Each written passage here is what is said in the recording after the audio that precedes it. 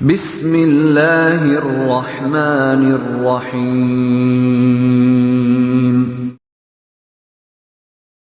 ایک دفعہ کا ذکر ہے کہ بغداد شہر میں ایک لکڑہارا علی رہتا تھا جو کہ سارا دن جنگل میں لکڑیاں کاٹتا تھا اور شام کو شہر میں لا کر فروخت کیا کرتا تھا۔ اس کے پاس ایک گدھا تھا جو لکڑیاں ڈھونڈنے کے لیے کام آتا تھا۔ ایک دن جنگل میں لکڑیاں کاٹتے ہوئے علی نے شور و گل سنا۔ وہ ماجرا جاننے کے لیے شور کی طرف بڑھ گیا۔ اس نے کافی لوگوں کو گھوڑوں پر سوار دیکھا جو جنگل کے کنارے پر واقع پہاڑ کی طرف جا رہے تھے۔ علی تجسس کے مارے پہاڑ کی طرف چل پڑا۔ وہاں پہنچ کر علی نے عجیب منظر دیکھا۔ تمام گھوڑے ایک طرف کھڑے تھے اور سوار بڑے بڑے تھیلے اٹھا کر پہاڑ کے سامنے جمع کر رہے تھے۔ اچانک ایک شخص نے ہاتھ اٹھا کر کہا، کھل جا سم سم، اور پہاڑ میں ایک بڑا دروازہ کھل گیا۔ علی یہ دیکھ کر ڈر گیا اور ایک بڑے درخت کی اوٹ میں چھپ کر دیکھنے لگا۔ تمام لوگ تھیلے اٹھا کر اندر چلے گئے۔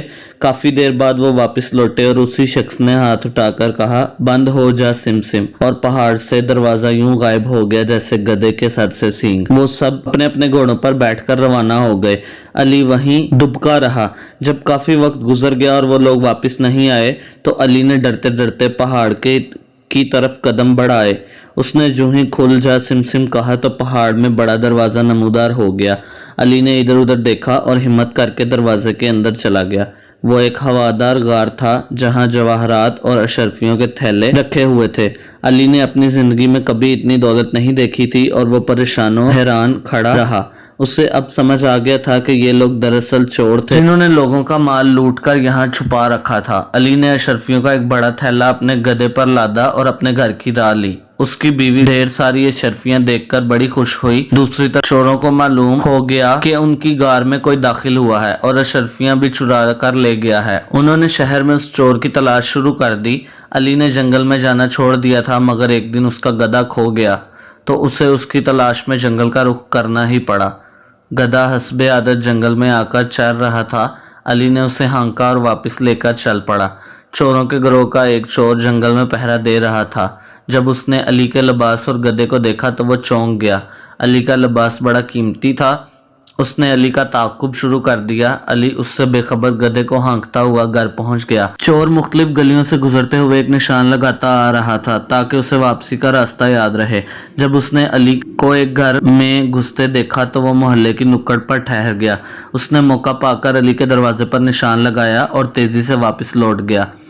وہ بڑا خوش تھا کہ اس نے غار کے چور کو تلاش کر لیا ہے۔ وہ نہیں جانتا تھا کہ جب وہ علی کے دروازے پر نشان لگا کر لوٹ رہا تھا اسی وقت علی کی بیوی نے اسے دیکھ لیا تھا۔ جب وہ دروازے سے باہر نکلی تو اسے دروازے پر ایک عجیب سا نشان دکھائی دیا۔ پہلے تو وہ نشان کو گھورتی رہی لیکن جب بات اس کی سمجھ میں آئی تو وہ بڑی گھبرائی۔ اچانک اس کے ذہن میں ایک ترکیب آئی اور اس نے ویسے ہی نشان محلے کے سب دروازوں پر لگا دیے۔ چور علی کی بیوی کی حرکت سے بے خبر جلدی پاؤں اٹھاتا ہوا جنگل پہنچا اور اپنے سردار کو جوش و خروش سے سارا حال بتایا۔ سردار نے اسے شاباش دی اور کہا کہ آج رات ہم اس گھر پر دھاوا بولیں گے اور وہاں سے تمام مال واپس لائیں گے۔ جب رات ہوئی تو سردار نے اپنے 40 ساتھیوں کے ساتھ شہر کی راہ لی۔ وہ سب سیاہ نقاب باندھے ہوئے تھے اور ان کی تلواریں اندھیرے میں چمک رہی تھیں۔ ان کے ارادے اچھے نہیں تھے۔ وہ شہر کی گلیوں سے ہوتے ہوئے جب علی کے محلے میں پہنچے تو ٹھٹک کر رک گئے کیونکہ وہاں ہر دروازے پر ایک ہی طرح کے نشان لگے ہوئے تھے۔ یہ دیکھ کر سردار سٹ پٹا کر رہ گیا۔ وہ سمجھ گیا تھا کہ غار کا چور نہایت چالاک ہے اور وہ جان چکا ہے کہ نشان کیوں لگایا گیا ہے۔ اس نے اپنے ساتھی پر اس کی نااہلی کا خوب غصہ اتارا۔ اس رات انہیں ناکام واپس لوٹنا پڑا۔ علی اپنے گھر میں بے خبر سو رہا تھا مگر اس کی بیوی جاگ رہی تھی۔ اسے رات کے اندھیرے میں کسی کی آمد کی توقع تھی۔ جب اس نے باہر آہٹ سنی تو جلدی سے کھڑکی کی جالی کی طرف لپکی۔ اس نے پردے کی اوٹ میں سے وہ سب منظر دیکھ لیا تھا۔ وہ سمجھ چکی تھی کہ چوروں کو معلوم ہو گیا ہے کہ ان کے گھر میں ڈھیر ساری اشرفیاں ہیں اور وہ انہیں چرانا چاہتے ہیں۔ اس نے علی سے اس کے بارے میں کوئی ذکر نہیں کیا۔ دوسری طرف سردار نے کچھ دن تک خاموشی اختیار کی اور پھر اس نے خود غار کے چور کی تلاش کا آغاز کیا۔ وہ علی کے محلے میں پہنچا اور غیر محسوس طریقے سے وہاں رہنے والوں کی تفصیل اکٹھی کرتا رہا۔ اسے جلد ہی معلوم ہو گیا کہ علی نامی لکڑہارا اچانک امیر ہو گیا تھا۔ اس نے علی کا گھر بھی دیکھ لیا تھا۔ وہ واپس آ گیا اور کوئی ایسی ترکیب تلاش کرنے لگا جس سے علی کو خبر ہوئے بغیر وہ اس کے گھر میں گھس جائے اور اپنا تمام مال واپس حاصل کر لے۔